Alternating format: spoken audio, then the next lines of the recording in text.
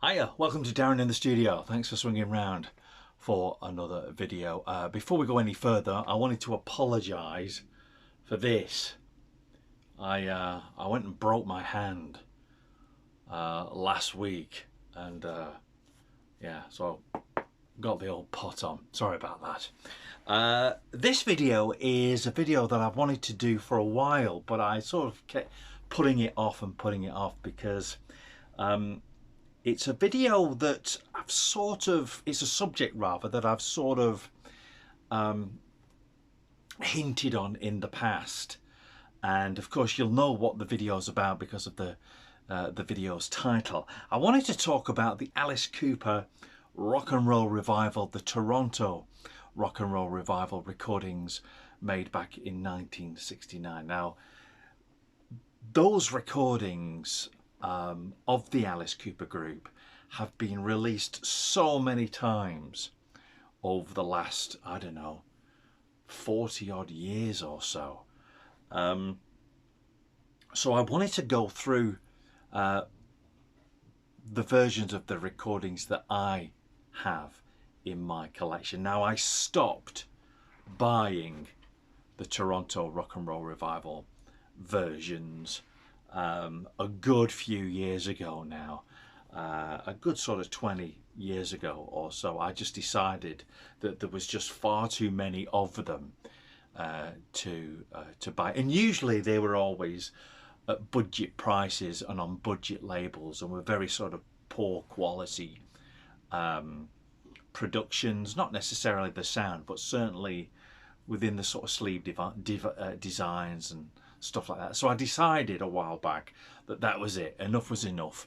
I've got plenty versions of the Toronto rock and roll revival recordings of Alice Cooper, so I decided that was enough. So what I've got here is the versions that I've got, that I've collected over the years. And to be fair, as a little caveat of what I've just said, if I was to find a version of it nowadays that I don't have, either on CD, cassette, vinyl, whatever, I would probably pick it up, but it would have to be, you know, in a charity shop, in a second-hand record shop or something like that.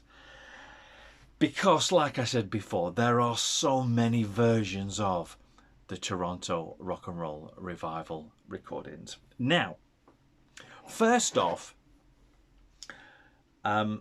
the majority of these albums are incorrect. The song titles are wrong.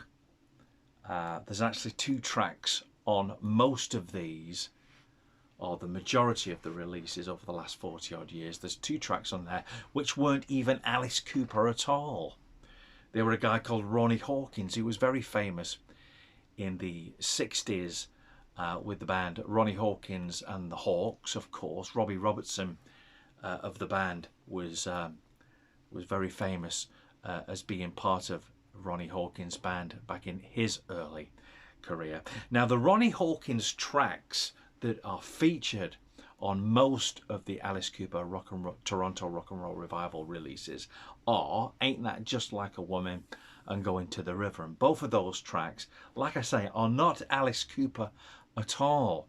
Like I say, they were recorded by Ronnie Hawkins back in 1964. Now then, the reason they appear on the most of the Toronto rock and roll revival recordings are because the tape used to record Alice Cooper, the Alice Cooper group, at that festival already had 2 tracks on it, and those 2 tracks were the Ronnie Hawkins tracks. And instead of recording over those songs, the tape operator just spooled to the end of the Ronnie Hawkins tracks and recorded the Alice Cooper group after that. Now, many years later, back in 1982, which, as far as I'm aware, is the first time that these recordings were made officially available. They may have been available as bootlegs prior to 1982, but as far as I know, 1982 was the first time that the Toronto Rock and Roll Revival recordings were made officially available. So, like I said, when they were first made available, the company that bought the first tape, bought the first rights to release them, didn't realise and didn't really bother to investigate who these two studio tracks were by. They just assumed that it must have been the Alice Cooper Group, and of course on subsequent releases the two tracks by Ronnie Hawkins were always featured on them, until much later on, and we'll get to that in a bit. Now, like I said, 1982, as far as I'm concerned, is the first time that these recordings were made available, and the first album I think that was made available with these recordings is this one. This is called Toronto Rock and Roll Revival 1969 Volume 5. Now, as far as I'm aware, also all the performers who performed at the Toronto Rock and Roll Revival in 1969 were recorded. The headline act was John Lennon, and the Alice Cooper Group's manager, Shep Gordon, managed to get a bit of a deal with the promoters of the festival and got the Alice Cooper Group second on the bill. So they weren't sort of right down one of the first acts. They were the act that was on just before the headliner, which was John Lennon. Of course, not a lot of people knew the Alice Cooper Group at this particular time. This is 1969. They'd released Pretty's For You on Frank Zappa's Straight label, and were just about to put together their second album, Easy Action. Most of the songs recorded and featured in these shows are, of course, from the Pretty's For You album. So this is, like I say, as far as I know, the very first version of the Toronto Rock and Roll Revival shows. The Toronto Rock and Roll Revival recordings were made on September the 13th, 1969, which, incidentally, is my birthday. So these recordings are exactly the same age as I am. It gives me my age away just a little bit there. This is on the Accord label. You see the label there? On the Accord label, 1982. This is an American import. As far as I know, this is the first time this was made available.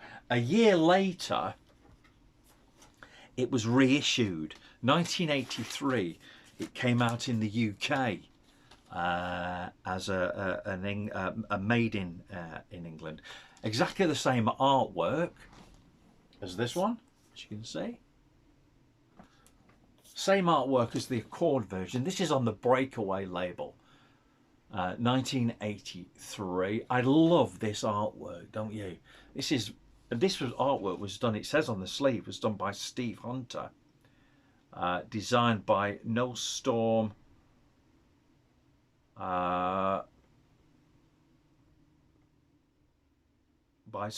designed by Mo Strum for Rob Hamel Incorporated. Breakaway label, 1983. For the UK. And like I said before, the Toronto Rock and Roll Revival recordings have been made available many times, and lots of them are now banned on Discogs. This being one of them. This is 1985. This is on the Showcase label. This is Freak Out Song, 1985, this particular release. Nice artwork, to be fair. This is Alice Cooper featured in about 1978, 1979 on the Madhouse tour, the From the Inside tour. Like I said, 1985, this on the Showcase label. Again, the song listings are completely incorrect, apart from Ain't That Just Like a Woman and Going to the River. The rest of the song titles are wrong. They were put right many years later, and we'll get to that. Next up, what I've done is I've put these in year that they were released. 1987, it came out again with the same track listing. This is on the Thunderbolt label. This is probably my favourite version of this particular release.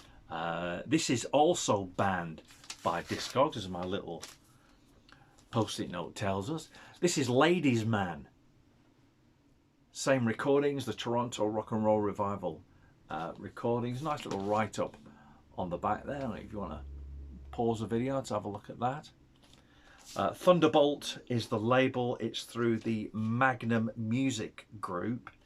Again, this is banned on Discogs. Although these were official releases, I'm not sure why Discogs has decided to ban some of these and not others, because some of them are okay to be sort of traded. Alice Cooper and the Alice Cooper Group and the management did actually put what's the word I'm looking for?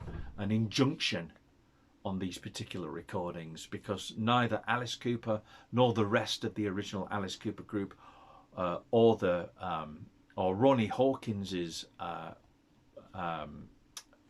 publicist, if you like, received any royalties from these particular recordings. But like I said, this is one of my favourite versions of this album, Ladies Man from 1987. Okay, also from 1987, it came out on the Design label. This is a rather nice picture disc version of the Toronto Rock and Roll Revival recordings, titled as Toronto Rock and Roll Revival. Nice little picture disc album. Some of these records, some of these versions are more collectible than others. Some of them go for not very much money, but some of them go for quite a bit of money because collectors want to collect them. But like I said, I sort of gave up buying these albums a good few years ago now. So here's a picture disc version of the Toronto Rock and Roll Revival. This is, like I say, 1987 on the Design label. Okay, next up, the first few of these are all going to be on vinyl, and then we're going to go for some CDs, and there's a cassette in here as well. 1989 next. This is a nice one which I originally bought on CD, and then a good few years later I found it on vinyl. I'll show you the vinyl version first. This is called Nobody Likes Me. Again, same recordings, same incorrect track listing, and same sort of wrong songs by Ronnie Hawkins on here. Nobody Likes Me. This is on the Success label, 1989, of course, cashing in on the success of the Trash album, which most of these recordings actually did. They sort of, the artwork tried to replicate Alice Cooper as he was at the time, and not the original Alice Cooper Group as these recordings actually were. So there's the vinyl version of Nobody Likes Me. Here's the CD version of it. And like I said, I bought this version first. And like I said before, some of the artwork is just like non-existent. It's pretty poor. So vinyl version and CD version of Nobody Likes Me. And again, this is banned on Discogs from being traded. 1992 we're going to now, and probably again cashing in on, I don't know, The Last Temptation or something like that. This is also called Nobody Likes Me. This is on the Trace label. This is a UK issue of the Toronto Rock and Roll Revival recordings. Nobody Likes Me on the Trace label. The World of Alice Cooper, Nobody Likes Me. Again, pretty poor sort of artwork throughout. The audio is always pretty much the same. It never sort of gets really, really bad.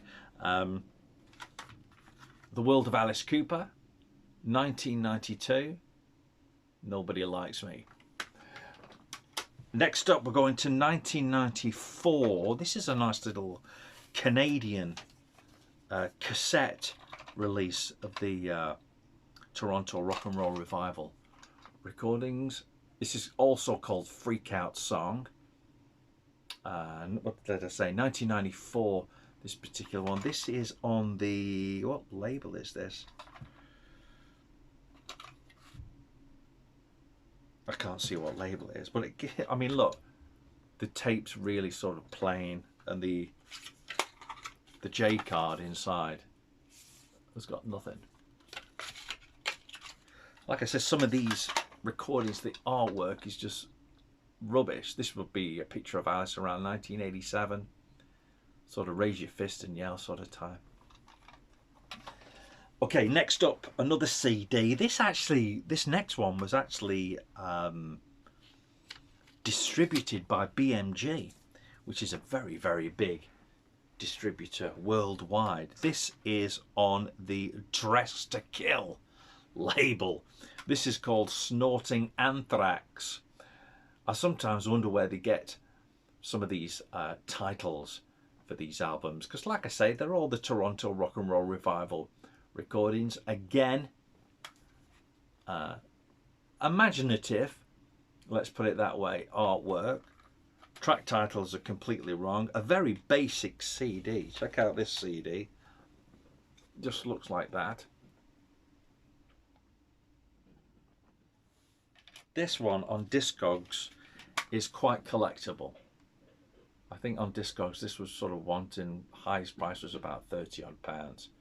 Alice Cooper Snorting Anthrax on the Dressed to Kill label. BMG distributed this in 1998. Next up, we'll jump into 2005, and this is probably the weirdest of the ones that I've got anyway, because somebody took the trouble to do a remix of it. This is Nobody Likes Alice, Alice Cooper Live. This is on the Cedar label, C-E-D-A-R, take it, it's Cedar. Going for a Song is the label, Going for a Song, Cedar. Very sort of psychedelic artwork, which I suppose really is in keeping with the recordings. This would be Alice. This picture would be taken all around the time of the Easy Action album, 69, 70, something like that. So more or less in keeping with the recordings themselves. Again, it's got the two Ronnie Hawkins tracks on here, but they've also made, if you can see that, track 9. Can you see that? Get it? Track 9 is actually a medley of the songs Ain't That Just Like a Woman, Going to the River, Nobody Likes Me, and Painting a Picture. Of course, Ain't That Just Like a Woman and Going to the River were by Ronnie Hawkins, not Alice Cooper at all. So quite a quirky version of this particular album. Again, this one, I've seen this on Discogs, which was also banned on Discogs. Alice Cooper, Nobody Likes Alice, Alice Cooper Live. A very strange version of it. Now then, we're going to jump to 2012. And like I said before, there are many, many versions of the Alice Cooper Toronto Rock and Roll Revival recordings. And I've shown you just a few of them. And like I said earlier at the beginning of the video, I kind of gave up buying the Toronto Rock and Roll Revival recordings because there was just so many of them and they kind of look cheap, and what's the point? But in 2012, the original tape was secured, and a particular gentleman decided, a particular company decided they were going to put it out correctly. And in 2012, although on Discogs this is listed as 2014, but this says 2012 on it. This is actually labelled as the Alice Cooper Group, Nobody Likes Us. Now this is out on the Applebush label, which of course was a track on the first Alice Cooper album. And the website is easyaction.co.uk. The Toronto show, 13th of September 1969. It also has some extra tracks on here. Bonus material, San Francisco, 3rd of March 1969. Neil Smith, Dennis Dunaway, Glenn Buxton, Alice Cooper, and Michael Bruce, of course. This has got really nice artwork on here. You see that a little bit better like that.